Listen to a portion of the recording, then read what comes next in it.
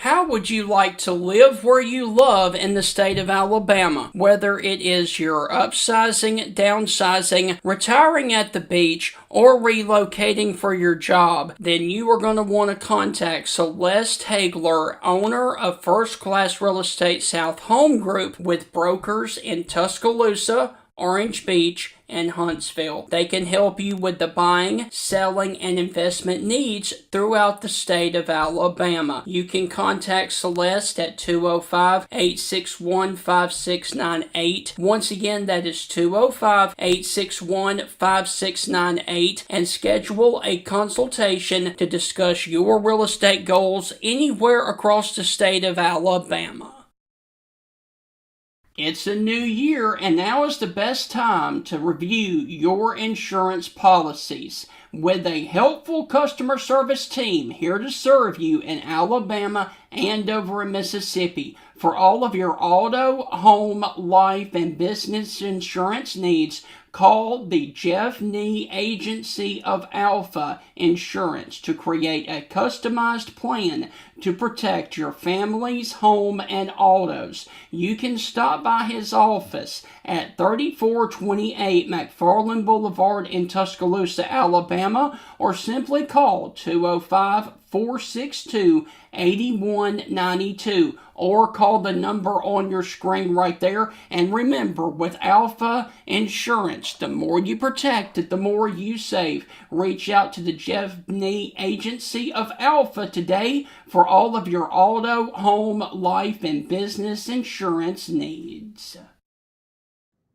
This is the Stingray Show. I've got the Ole Miss stuff behind me. I've got the Ole Miss shirt on, and coming up on this edition, we are going to be talking with a former Ole Miss football player who played in 48 games for the Rebels between 2006 and 2009. He played under two different head coaches, one Ed Orgeron, and then the other one was Coach Houston Nutt. He was the defensive MVP of the 2009 Cotton Bowl game versus Texas Tech, and he played professionally with Arizona and the Indianapolis Colts. Marshay Green, the former defensive back for the Rebels, joins us on this edition of the Stingray Show. Hi, this is Tim Brando with a reminder. Look out, you're about to feel the buzz of Stingray. This is Stephen Ray, a.k.a. Stingray, coming to you live from Tuscaloosa, Alabama. I'm Heath Hopkins. I'm here in DeSoto County, Mississippi, right outside of Memphis, Tennessee. You know, Mark, I'm going to put you on the spot. Do you feel that responsibility to pay it forward and give some kid a chance coming up in the ranks, kind of like Tony did for you? Why do you think I'm talking to Stingray tonight? Thank you, man. I appreciate that. No, I mean, look, no. Heath, Stingray, Here's the deal. When you get involved with Texas, it's like getting married to a stripper. and let me explain this. It looks good. It's kind of sexy on the surface. Yeah. But then you get the baggage, you get the drama, you get all that eventually comes with it. And that's what you get with Texas, and that's what the Big 12 learned. And Heath, any thoughts on our show moving forward? Hey, with the Stingray Show, if you don't like it, you better learn to love it, because it's the best show going today, baby. Woo! And with that, I want to welcome you inside the Monday morning edition of the Stingray Show. And hey, Heath, we are jumping it off with a bang, as we currently have on deck former defensive back for the Ole Miss Rebels, Marshay Green, who helped Ole Miss go 9-4 there with a huge win in 2009 against Texas Tech with a 60-yard touchdown return interception there in the Cotton Bowl. Yeah, I believe he was the MVP of that Cotton Bowl, if I'm not mistaken. He was. The defensive MVP. But, yeah, Stephen, it's great that we've gotten through the weekend. No one likes Mondays, but it's Kick Butt Monday. I'm enjoying it because I'm going to get a lot of stuff done this week. We're starting off the show fun with a guest. It's been a while since we've had a guest on. We've been talking football every day. as the season has gone on. We will get to the portal news. We will have fun. But, Stephen, I'm going to ask you one fun question before we get going. Okay. What's something you've been rocking out to this weekend? What music did you listen to this weekend or this morning? I haven't had the chance to get anything rocking and rolling this morning. The actual bump music to the open is the only music that I've been hearing today. Oh, dude, how do you get ready in the morning? Do you not rock out? I don't know. I grab my coffee and then I come right over here and start the show. Wow. Stephen, we've been doing this show for over 5 years, and Yeah. I just learned that about you. Yep. I Oh, get okay. up, I get up, I drink my coffee, I come over here, I do the show, and then after that, that's when I get my day really started. So, Wow, you're a self-starter. Okay. all right. So, Heath, let's not keep our guest waiting any longer. He had stints in the NFL with Arizona and Indianapolis after his time there in Oxford. Please help us welcome to the Stingray Show, Mr. Marshay Green, the former Rebel himself. Marshay, how are things with you? And please talk about this incredible run that your Rebels have been on this season. Hey man, how you doing, man? Thanks for having me on the show, man. Oh, absolutely, Marshay. Definitely, man. Everything's going great, man. I enjoyed the season this year, man. It was one of the best seasons in Ole Miss history, and yeah, man, there was a lot of excitement, man. Yes. So yeah, I enjoyed it. Marshay, I'm a little bit of a geography nerd. Where in the world are you coming from today? Where are you located? I'm located in Atlanta, Georgia. Okay. So, All right, so the what are you ATL. doing over there, man? Well, I'm the manager for UPS over there, so that's what I'm doing now. So, have you recovered from Christmas, Marshay? Not at all, not at all, man. I haven't recovered at all, man. Hey, look, my neighbor, wonderful neighbor. Our daughters play together every day. They're best friends. They do everything together. But he's also a manager at UPS, and you know when I get to see him during the summertime, I get to talk to him. But man, you guys during the Christmas, you guys, I mean, you guys outdo Santa Claus. I mean, let's face the facts. You guys are doing it all. Definitely, man. I am Santa Claus. I feel like, man. You know, I stop by houses and yeah, my delivery packages, and sometime you know I be in the office too. So yeah, I do And both. I'll say this, Marshay. You know, knowing several people over the years that have worked at UPS, I'm here in the Memphis area, and UPS is big here. Obviously, FedEx headquarters is here, but the UPS guys, they talk about all the time, like, you know, we want to have a couple of days to go hunting and doing this and that, and they can't do that until in January. They get their little personal days and this and that. So, what did you do on your first personal day after the Christmas rush? My first personal day, I laid in bed. Nothing wrong with that. I laid in bed and I recovered. Oh, That's I bet. exactly what I did. So, Marshay, I do want to ask you, you grew up in Bastrop, Louisiana. Talk about your recruitment and how you were able to get out of the state of Louisiana and go to Ole Miss. Well, initially, I was recruited by Nick Saban when Nick Saban was at LSU. And then he left and he went to the Dolphins. And that's when Coach Hopkins and Coach Cutcliffe from Ole Miss started to recruit me. And I want to say that I committed to Ole Miss going into my junior year. And then Coach Cutcliffe stepped down. And Coach Orgeron got the head coaching job. And Coach Orgeron and Coach Frank Wilson continued to recruit me. And that's how I ended up at Ole Miss. Gotcha. Marshay, looking back at your recruiting, what is the craziest thing a coach told you during your recruitment? I mean, it could be something funny, it could be something outlandish. it could have been something ridiculous, because we have heard countless stories on this show of what coaches say, promise, do, and desperate whatever. What is something funny that you remember about your recruitment? Something funny. I don't really have any funny stories about being recruited to Ole Miss.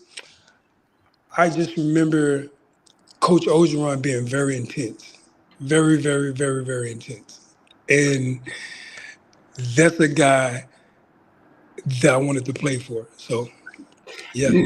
Marshay, tell us about the first time that you ever met Coach Orgeron and what that was like. The first time that I talked to him was actually over the phone. And I can remember Coach O being very, very intense. And from the beginning, I knew that, okay, this is somebody who I really want to play for. This guy believes in me, and he believes in the program where it's headed. So, and that was the first time I ever talked to Coach Orgeron. Yes.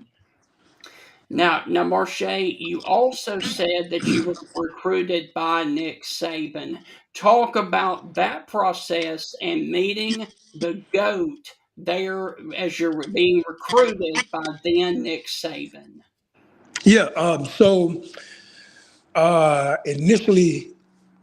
Initially, I was recruited to be a running back, Right. and doing my sophomore and freshman year, I would go to camp there a lot, and I would play Tiger ball at LSU. And I think going into my sophomore year, I sat down with Coach Saban, and Coach Saban was like, "Hey, I know you play running back. I know you like that position, but you're really a DB." And this was before I even got a chance to play DB. Coach Saban told me that he thought that I was a DB. And so I truly think if Coach Saban was there still, Mm-hmm. I would have been LSU Tiger. Gotcha. But I'm happy I signed with Ole Miss. Yes. You know, Marshay, we've had lots of guys on the show. I'm at several hundred, and they've all told stories. And the guys recruited by Saban, it's always fun to hear. But I do know this about Coach Saban: he was a defensive back himself, and he personally coached the defensive backs. So for him to see something in you, that's huge. That was massive that he saw your ability like that. He's like, this guy's going to be a DB. Because, I mean, Coach Saban, not only was he picky, he was selective, but he had a super eye for talent. Have you ever really sat down and thought about what Coach Saban saw in you at that camp, or what stood out to him about you? Was it quickness? Was it speed? Was it your footwork? What do you think it was that, like, Coach Saban was like, I need to sit this guy down one-on-one and talk to him and tell him, hey, you're not a running back. You're going to be a DB. Well, to me, I think it was my speed, quickness, and competitive nature. Those was definitely the three things that Coach Saban say stood out to him: my speed, my footwork, and my competitive nature. Yeah. Hey, and I just thought about this, Marshay. Marshay, forgive me. Excuse me. I don't know where that came from. Forgive me on that one too. No problem. Golf. But you know, I haven't looked at your measurements or anything. Did you have extra long arms? Was it something, one of those things that stood out? Like, wow, look at this guy. Not only is he quick and fast, he's got the longest arms I've ever seen. I mean, Yeah, definitely. Yeah. So I'm not big, but I'm what I don't know. I'm probably about 5'9", but I have large hands or whatever. My hands like 10 inches, and my wingspan is like 6'2". So. Oh wow. Yeah. No, now I see why Coach Saban saw you. Yeah, definitely. Definitely. I got big arms. Did Coach Saban, did he ever crack a smile when he was talking to you? Did he ever make a joke? Not at all. I'm talking about he was straight business. straight business, the whole meeting, straight business. Wow. Now, Marshay, your first game action came in 2006 there for the Rebels against Memphis. What was that experience like of your first college game there with Ole Miss? My first game at Ole Miss was my first college game at Ole Miss was a very awesome experience, man. Seeing like the 60,000 people there, um, playing in front of those fans and stuff. Definitely, man. It was that's definitely something that I remember. Definitely, I remember vividly, vividly. Well, I had a great game actually.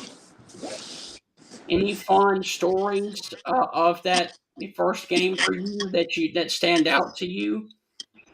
Um, I would say the best part about that day was us. The best part about that day was us beating Memphis. Definitely, that was the most fun part about that day. Marshay, looking back, what was your welcome to the SEC moment for you? Of coming from high school to playing not only, college football, but you're in the SEC. What was that first moment like? Oh, wow.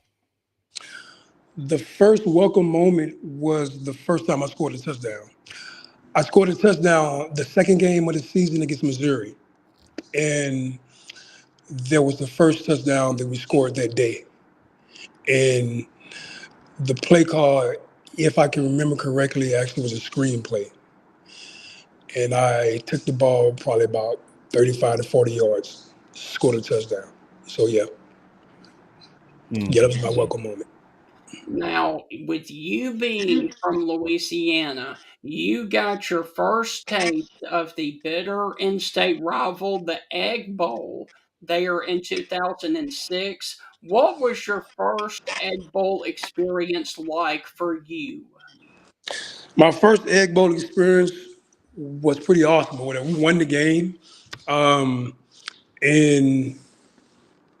I returned a punt return late in the fourth quarter, I want to say, Yeah. to give us the score. I mean, to put us up. And I want to say that was the last touchdown we scored that game. Yeah, definitely. Marshay, looking back, what was – because you're a DB, you get to lay some licks. You get to hit some guys. What's one hit that you knew really hurt a guy? What's one time you just laid someone flat out? One time I laid somebody flat out, not in college, actually, but I want to say when I played in the CFL. I played in the CFL, and I remember us playing against Calgary. And I remember me knocking this guy out of the game, completely out of the game. So that's one hit I definitely remember. What do you remember about that play? I mean, was he in the flat? No. So to be honest, I was playing safety, Okay. not corner safety. And so, I saw the guy coming up the seam. And so I just timed it perfectly. And so, I just kind of laid him out, man. And yeah, man, that was it, man. I put a pretty good hit on him. Something that I've always wanted to ask, guys, and you'll be the first person to ever ask this question. A lot of people are not familiar with the rule changes in Canadian football. As a player, coming from American football with high school with you in Louisiana, playing at Ole Miss, going off to the NFL, and with Colts and Cardinals, but then going to Saskatchewan there in the Canadian Football League. Did it throw you off that these guys get a running head start, these wide receivers? Like, when did you know about these rule changes? And was there ever a time during games like, hey, he missed that field goal. Why did he get a point? Oh, because it was in the back of the end zone. I mean, yeah, man. So the biggest adjustment was guys actually getting a running start. And so, that kind of taught me to kind of be more patient. But that right there was the biggest adjustment. Guys getting a running start at you, and you still have to just hang in there and then, just use your technique. So, yeah. Was there ever a guy in the CFL where you were like, man, what is this guy doing here? Why is he not in the league right now? Was there someone that was just killing it up there? I would say Weston Dressler. Okay. That was a guy that was on my team, but man, he was shifty, he was fast, and like, hey, listen, man, he should have played in the NFL. Definitely. Now, Marshay, going back to your Ole Miss days, unfortunately, the '06 season and the '07 season, your first two seasons, they went 4-8 and 3-9. Talk about how difficult it was as a player to navigate back-to-back losing seasons, please. Yeah, man, definitely, man. That was hard to do, man. Losing every year, 4-8, 3-9. Those were some difficult times, and a lot of guys was, you know, I don't know, man. They was talking about transferring, Right. and so basically, man, I just stayed focused and like just knew things was going to change. Knew things were going to change, and like basically, man, I know we had the players. We just had to get a quarterback. Yes. You Yeah. know, Marshay, if I'm not mistaken, and I've had 4 kids, I can't even remember what I did yesterday sometimes, but you were there with Robert Lane, if I'm not mistaken, and there was a Yes. lot of hype out of Robert Lane. If I remember correctly, he was a quarterback out of Louisiana. I think it was Louisiana. He was getting a lot of hype. Yes. He just never came and clicked for him, and they moved him to tight end, and he was a good tight end. But what do you remember about that whole thing with Robert Lane back in the day? And did you guys think like, man, this guy's got all the talent in the world, or is like, man, when's coach going to move this guy, move on from him? What was going on with all that? All right. So the story about Robert Lane, his high school is probably about 15 miles from my high school.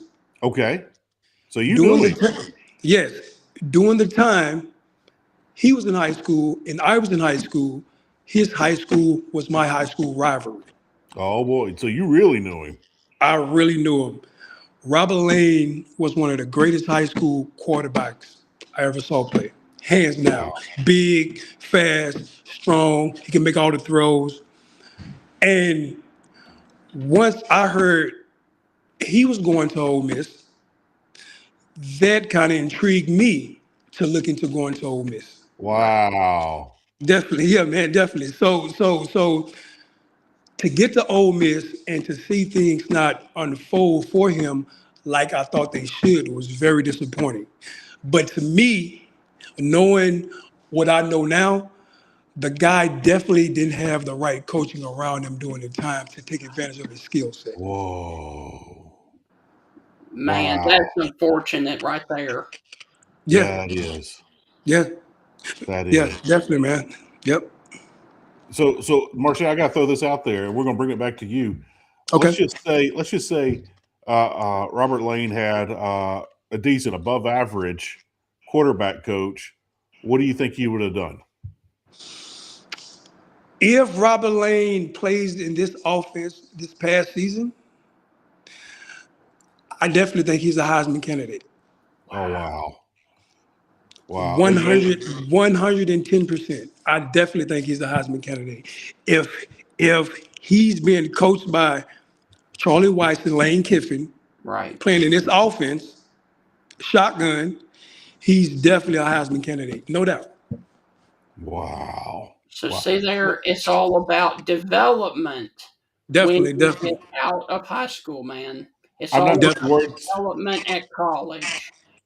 Yeah, I'm not putting words in your mouth, Marshay, but I'm about to because I asked if he had a decent, above average coach. What would he have done? And you said it Heisman candidate finalist, and I was going to follow it up with, well, if he had an excellent coach, what would he have done? Well, I'm going to say that you would say he would have won the Heisman.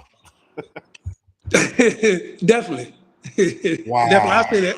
Yeah, definitely, man. I say that. Yeah, definitely. Did Robert ever share his frustrations verbally and talk No. about it? No, man. Actually, man, you know what he did, man? He worked hard every day.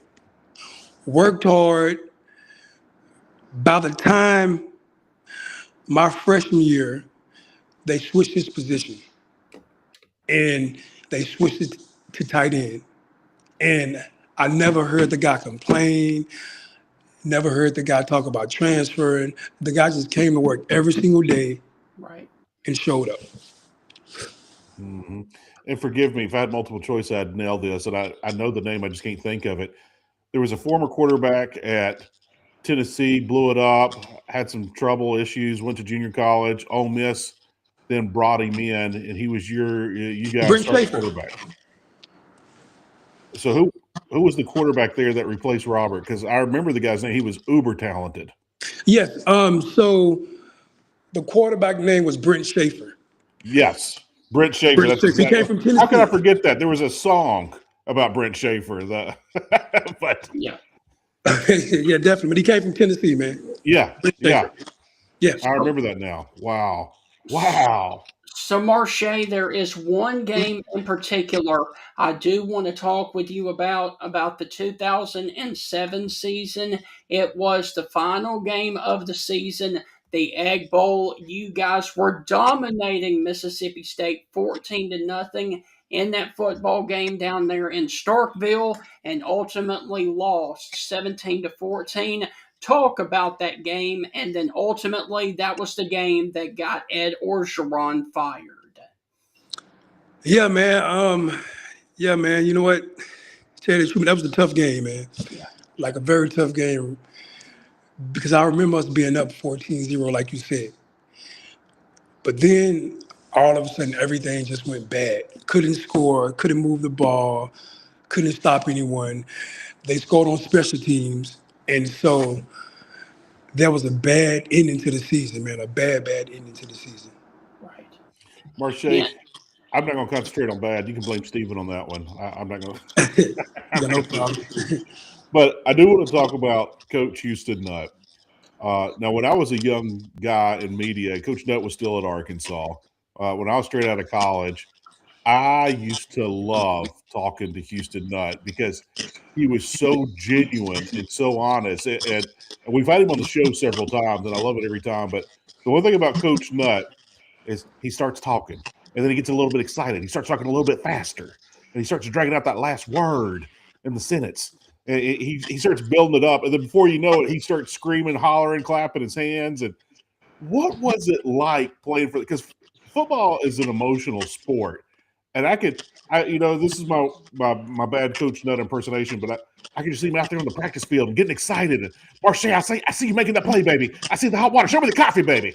I just see him building up and just exploding. What was it like? And do you have a funny story about Coach Nutt? Playing for Coach Nutt was totally different than playing for Coach Orgeron. Right. Coach Nutt can convince you to do anything. I believe that. Like anything. Like, listen, man, he convinced me to switch from offense to defense. And to be honest, I think no other coach could have did that. Convinced me to switch from offense, something I played my whole life, and I never ever played DB. In high school, nowhere, I never ever played DB. And Coach Nutt was able to convince me to switch to play DB. But Coach Nutt came in and moved the pieces around and moved us all in the right place. About the time Coach Nutt came in, we knew how to work. Right. We was tough, we was built, but the pieces just weren't in the right places. And so Coach Nutt came in and changed all that. And from there, we shot off. Now, Marshay, briefly, a quick follow-up to that. You talked about that you had never played DB before as you were a running back. Talk about, from a player perspective, what that was like of transitioning from one side of the football to the other. Oh, man, it was totally different. To be honest, it was even harder transitioning from running back and playing wide receiver. Right. Why? It's because I'm lining up way out here in I'm depending on the quarterback getting me the ball, and he's depending on the offensive line blocking, opposing to him just turning around and giving me the ball and just telling me to run. Right. So, that was a hard transition. And switching from wide out to DB was an easy transition because I'm already quick, I'm already fast, Right. plus I'm super competitive. So, basically, man, you can just send me to lock up on this guy. And so, that's it. And so that's pretty much what I did my junior year. Just played off skill. Not like too much knowing how the whole thing works on defense, really. Wow. Marshay, looking back, this will probably be my last offense question, and then we'll concentrate on defense and the rest of your career and fun stories. But when it could be high school, it could have been in college, it could have been practice, it could be in the NFL, the Canadian Football League, whatever. What was something funny said in the huddle while you were still on offense, whether it be practice or whatever? What's something funny, a story you could share, something just absolutely hilarious in the huddle that you guys still call each other, text each other about, rib each other about? Do you have a story that you can share from the huddle? Yes. One story was, I don't remember who was playing. And during the time, it was me, Mike Wallace, and Ben Jarvis Green Ellis.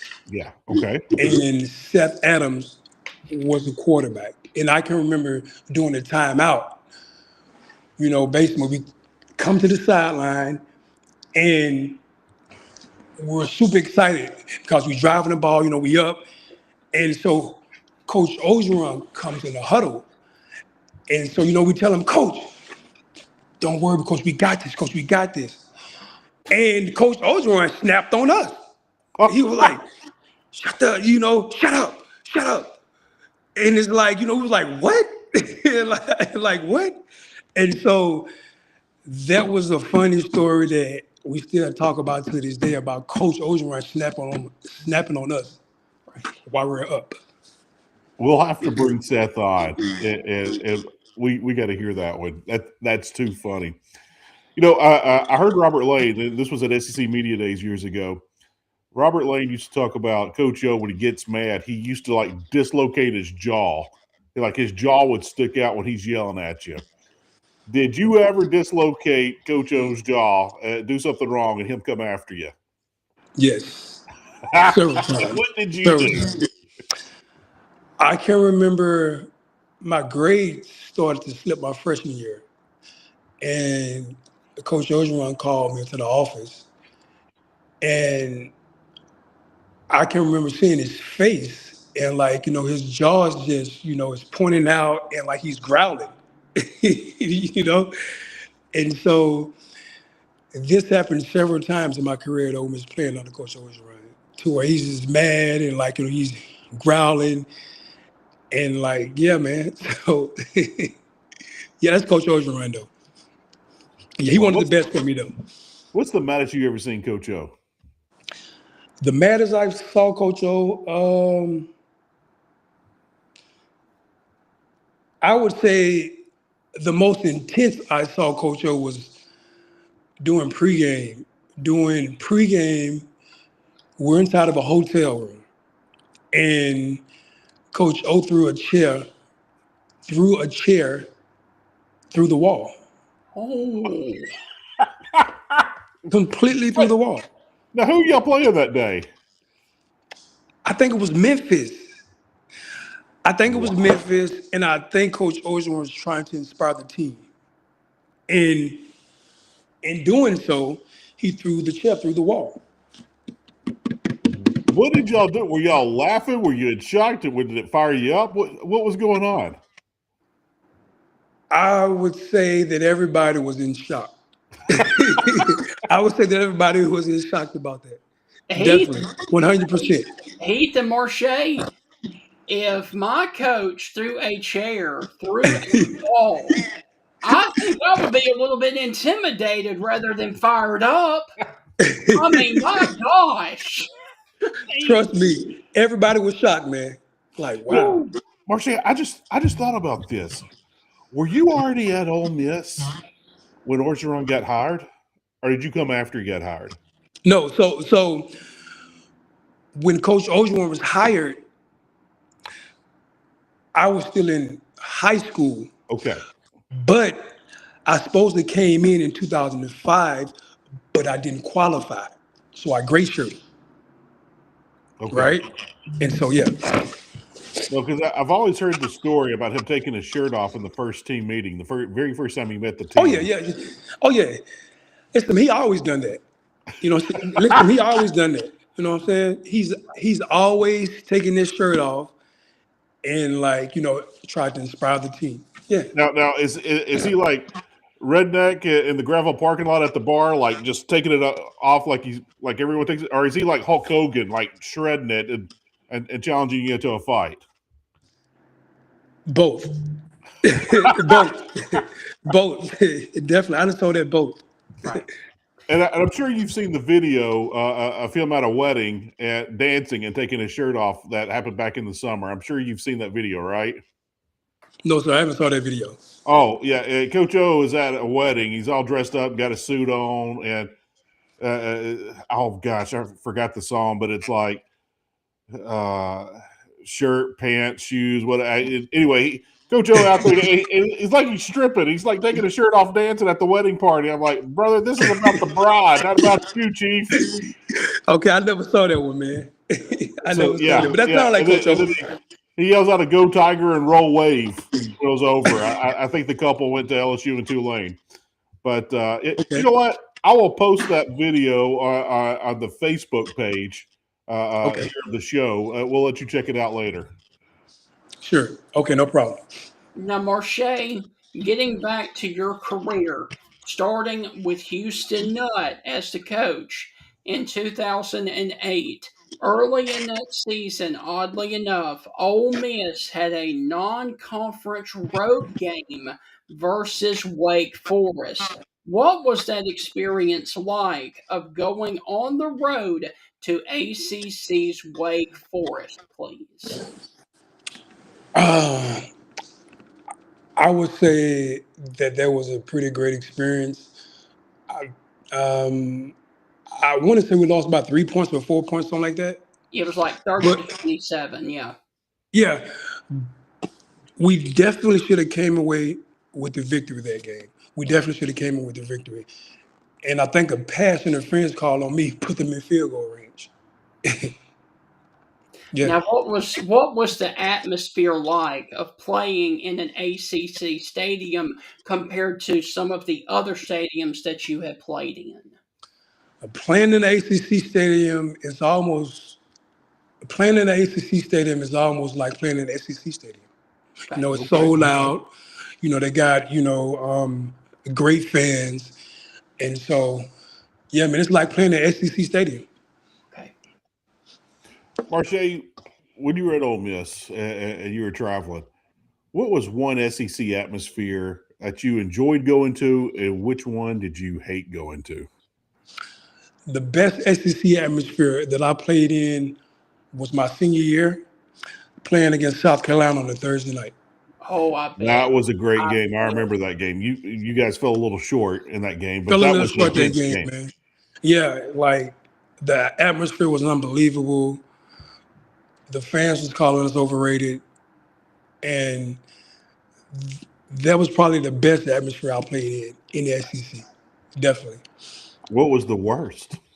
The worst? Like you just dreaded going there. The worst atmosphere I played in was definitely Mississippi State. Those cowbells. As if we hadn't heard that before. Definitely, man.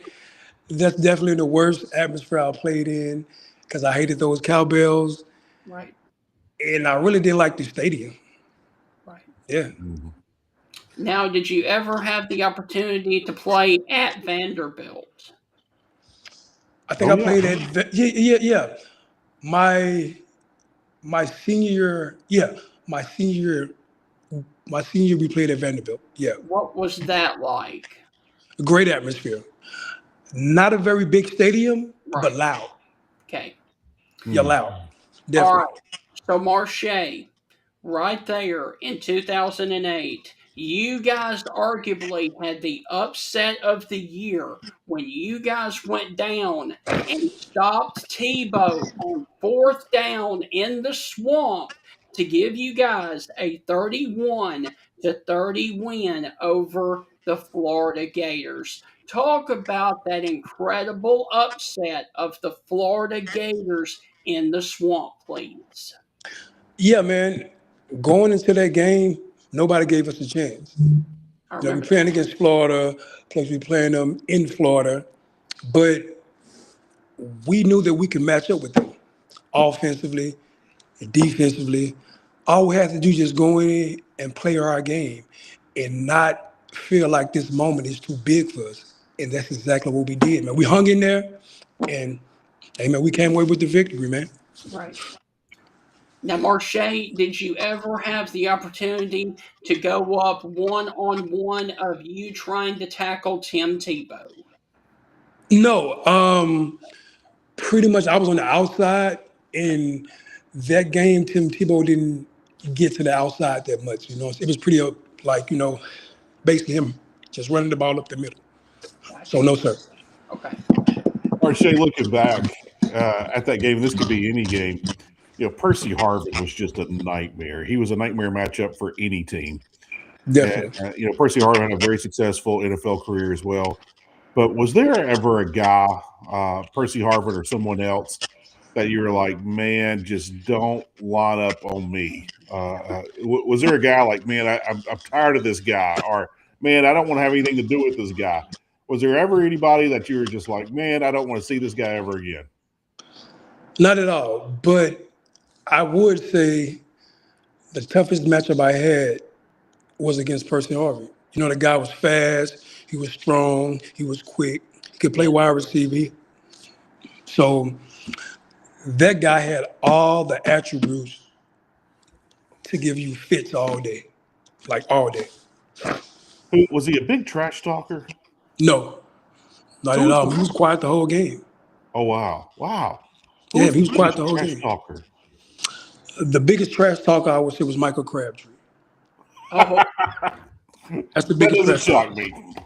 Definitely, man. That's the biggest trash talk I ever played against was Michael Crabtree. What things would Michael Crabtree say? It wasn't the things he'll say, but he would just come out, line up, and he'll start laughing at you. He'll start laughing at me, and it's like, he did that for probably about 6 or 7 plays, but then he wasn't laughing no more. right. Yeah, he wasn't laughing no more. Now, Marshay, speaking of Crabtree and Texas Tech, to cap off the 08 season, you had the best game of your career in the Cotton Bowl versus Texas Tech. Talk about that 65-yard pick six, and looking back, what does it mean to you to be named Cotton Bowl Defensive MVP? That's a game I would never forget. 94% of the country voted that Texas Tech was going to win that game. And that's something that stuck with us. Right. And so going into the game or whatever, like I said, I know I had a big time matchup against Michael Crabtree. And so, basically, man, I know my teammates was really counting on me. And so, I wanted to put my best foot forward. And so, yeah, man, that was a big game for me, man. Basically, man, just returning that punt return, and then, man, also taking that pick back, something I never forget. Yes. Wow. Now, Marshay, the head coach for Texas Tech at the time was the late, great Mike Leach. Did you ever have any interaction with Mike Leach during the bowl prep, like when you guys were doing any of the team stuff and all of that? No, sir, I didn't or whatever. I didn't really see him that much or whatever. I didn't have any interaction with him. So, no, sir, I didn't. Marshay, we've heard from other players here on the show that, when you get a week to prepare for that air raid, it's just a nightmare for the defense. But if you get time to prepare, like for a bowl game, you can really, really do a lot of damage to that air raid offense. What was it like preparing for that game, and what was different? I hear it's more assignment things with the air raid, but tell us about the preparation and what you remember about it for that Cotton Bowl game against the late Mike Leach and Texas Tech. I can remember that week was a pretty fun week for me personally. I caught a lot of picks in practice, and I can remember the week was pretty much assignment football, pretty much. And I can remember us making a big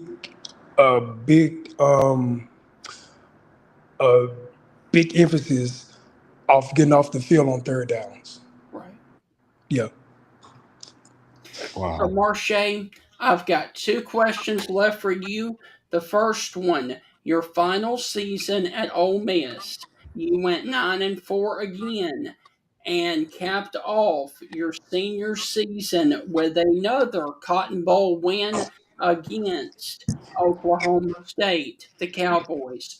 Talk about some of your fondest memories of your senior season at Ole Miss, and talk about going out a winner as a back-to-back Cotton Bowl champion. Yeah, so my junior year, man, we won the Cotton Bowl. Yes. And so, we had a lot of seniors leave. So, we wanted to make sure my senior class, there's no drop off. Right. So going back to back meant everything to us. Going into that Cotton Bowl, the second combo, going into that game, that was one of the most important games for us seniors, Right. to capture that second combo back to back. And so, it was pretty special for us. Marshay, looking back and playing for Coach Nutt, I asked you about Coach O, but Coach Nutt, as you mentioned, can convince you to do anything. What is a funny pregame or halftime speech you remember about Coach Nutt where you guys were just ready? Instead of Coach O throwing the chair through the wall, you guys were ready to run through the wall. What's something that Coach Nutt did in a pregame or halftime speech that you remember that just got you guys going?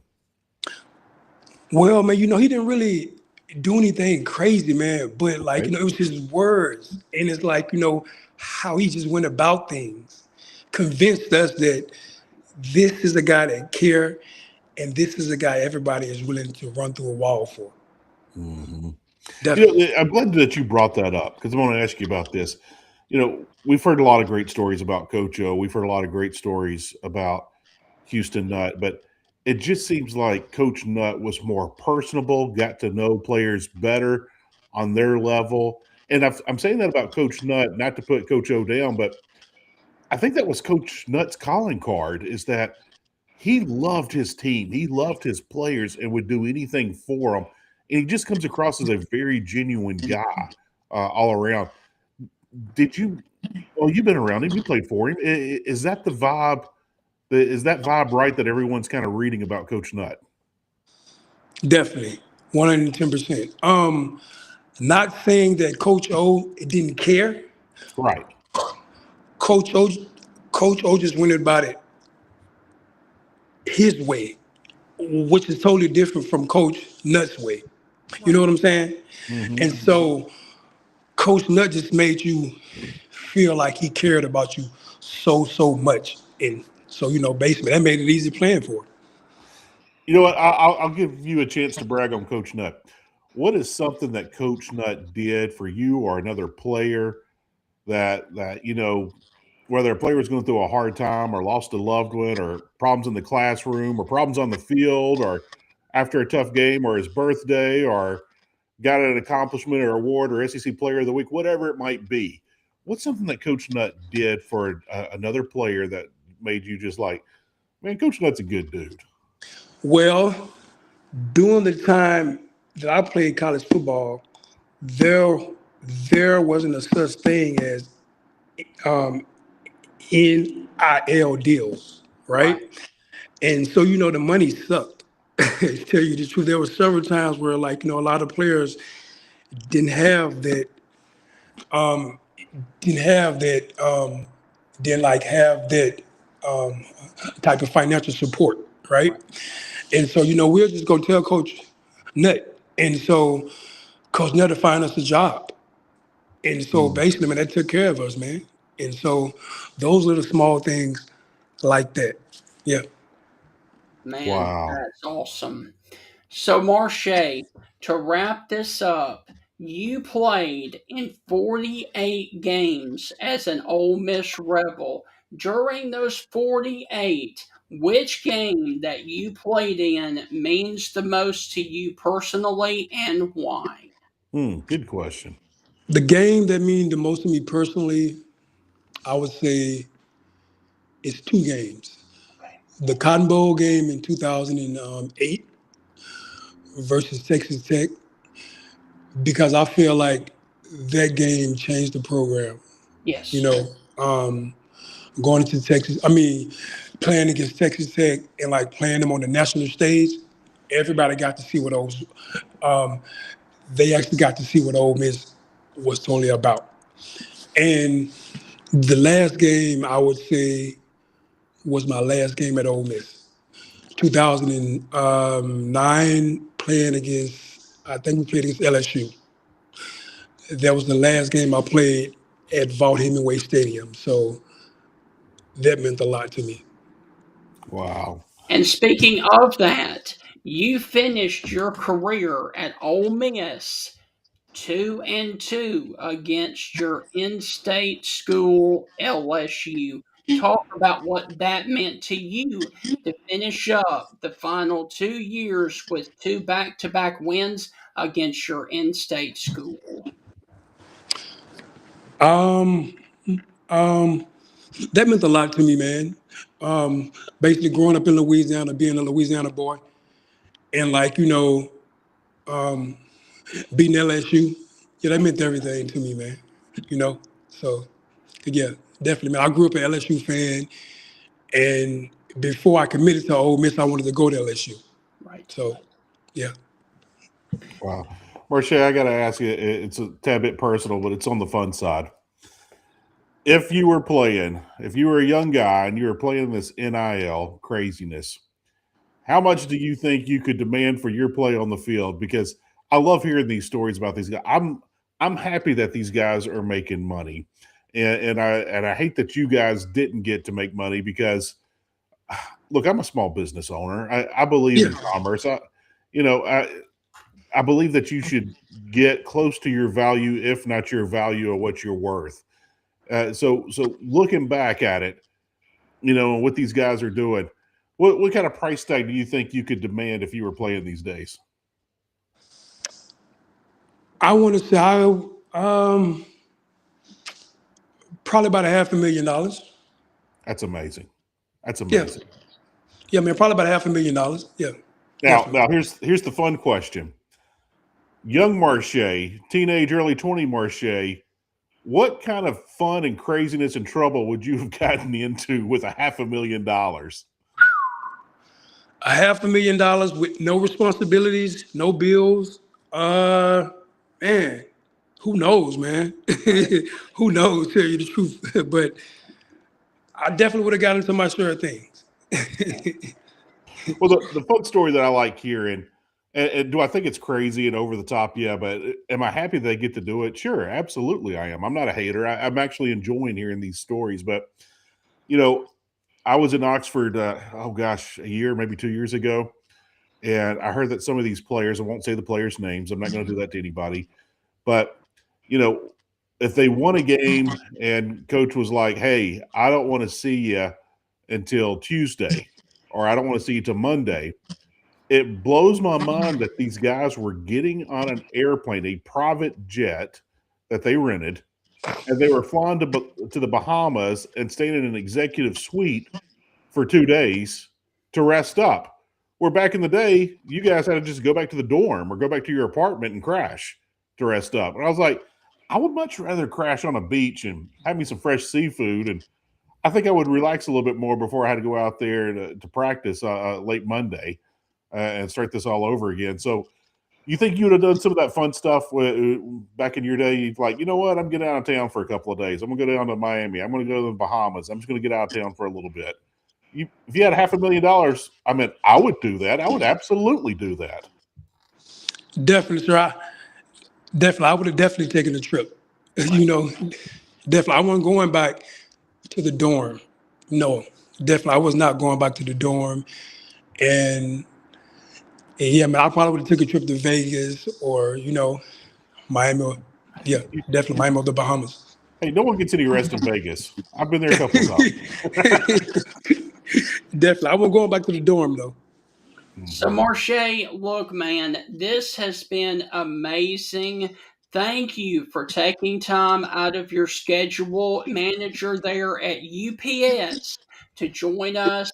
Go and rest up from all of the craziness of the holiday season. And we would love to catch up with you later this season when football begins to talk about the Ole Miss Rebels through a former player's eyes.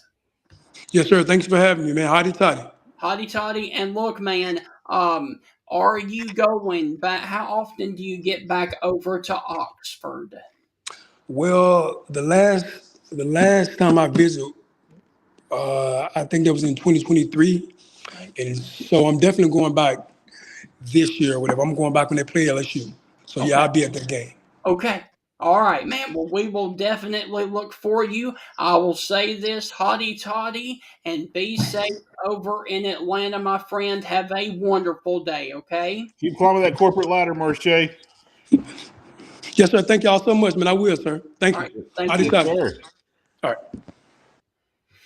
Heath, I have to share this. I really do. Because when Marshay mentioned the cowbells, how he absolutely despised them, I didn't want to put this up during the show, but we got a little bit of a jab from a Mississippi State fan when talking about those cowbells. You should have let him see it so he could make a fun remark back. I always like it when, and that's kind of the purpose of our show, where we can kind of be that bridge from the fans talking to the players and having fun with it. Yeah. Look, rivalries are fun. Do they get heated? Do they get messy? Yeah. Do they get toxic? Absolutely. What rivalry doesn't? Yeah. And so, I'm okay with that within reason, within check. Yes. But yeah, I'll say this, Stephen, man. Even entry level jobs at UPS pay great money. Yeah. Managers at UPS, that's a lot of responsibility. But I know a couple of guys here in town that have worked their way up with UPS, and that's a wonderful place to work, a great career opportunity. And so, with Marshay already being a manager, he's good for you, Marshay. Keep kicking butt, my man. Keep kicking butt. Heath, that is going to wrap up the interview there with Marshay. Hope you guys have thoroughly enjoyed it.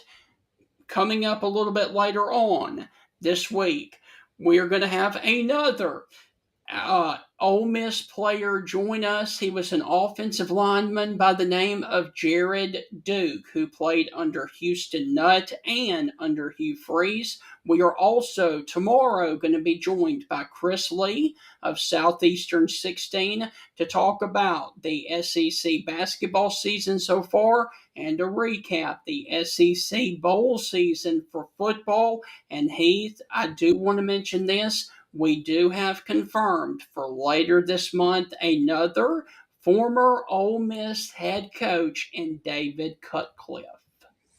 Oh, Coach Cut. I haven't talked to Coach Cut since probably his last year coaching at Ole Miss. I interviewed him several times, so I look forward to that. You know what he's doing right now? I'm sure he's some kind of offensive analyst for somebody, just sitting back and helping a young coach trying to figure things out, if I had to guess. Now, what's he doing? SEC analyst for the SEC office in Birmingham. I can't tell you how many games I have been at the media press box in Starkville, and David Cutcliffe has been on hand for. Wow. I wonder what he does on game day. Not sure, but I know he's in the press box, and I know that he negotiates and talks with the officials and everybody else. Cannot wait to ask Coach. I'm glad you brought that up, Stephen. Can't Yep, wait to hear what his game days are like and what actually goes on yep. and some of that fun stuff. Really, really look forward to that. Because when I emailed him, he said, let us get through the rest of the playoffs, even though the SEC is not making it. So we will have him on later this month, towards the end or the first part of February. Wow. Looking forward to that. You know, Stephen, I make this joke all the time. The SEC, home to the biggest stadiums, the best coaches, the greatest athletes, the prettiest women, the cleanest air, the softest toilet paper, and the worst officials. That's why I did that, because the Yep. worst officials, man. So you're not going to blame Coach Cutt, are you? No, no, no, not at all. All right, so Heath, we will return tomorrow morning at 8:30 with Chris Lee of Southeastern 16 to talk about Vanderbilt in SEC basketball, as Vanderbilt is on a roll as they started off the season in program best 16-0 on Saturday. They are rolling right through the SEC, and we will talk all about SEC basketball and SEC football tomorrow with Chris Lee, and we will also update you guys on any of the major transfer portal news. See you tomorrow. And Heath, any final words before we get out of here? Oh, man. I was hoping we got to do day of the week and stuff like that, but just looking forward to a very productive week. I don't like the cold, hate the cold, but I think it's going to be a very productive day and a very productive week. And I hope everyone listening, wish you much success, a lot of productivity, and go kick some butt.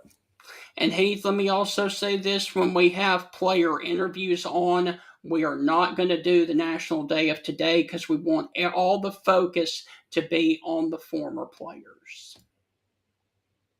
So there we go. We will see you tomorrow, and we will definitely do National Day of Today and the National History of Today tomorrow, along with Chris Lee. It's a new year, and now is the best time to review your insurance policies. With a helpful customer service team here to serve you in Alabama and over in Mississippi for all of your auto, home, life, and business insurance needs, call the Jeff Nee Agency of Alpha Insurance to create a customized plan to protect your family's home and autos. You can stop by his office at 3428 McFarland Boulevard in Tuscaloosa, Alabama, or simply call 205-462-8192, or call the number on your screen right there. And remember, with Alpha Insurance, the more you protect it, the more you save. Reach out to the Jeff Nee Agency of Alpha today for all of your auto, home, life, and business insurance needs.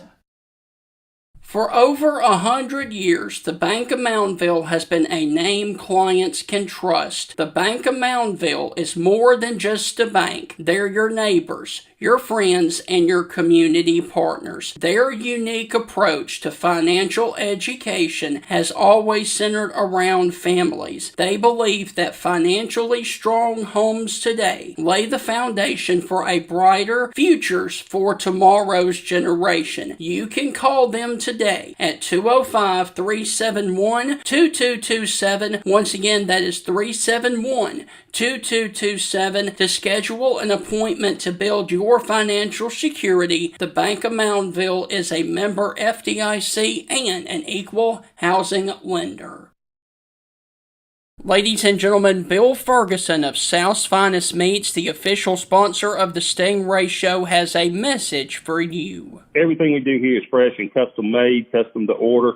You know, I tell people when they come in, you know, if you don't see what you like, ask somebody. You know, we've got the capability to process it, make it. You know, if you want a different blend of hamburger meat, We'll do your brisket blend. We'll do your chuck blend. We'll do your sirloin blend. We do all that right here. We are a butcher shop. It's what we do. So please don't be afraid to ask if you don't see what you like. We can make you any size patty you want. We can make you any amount you want. People call me and say, well, how many patties come in the box? Well, ma'am, how many would you like in a box?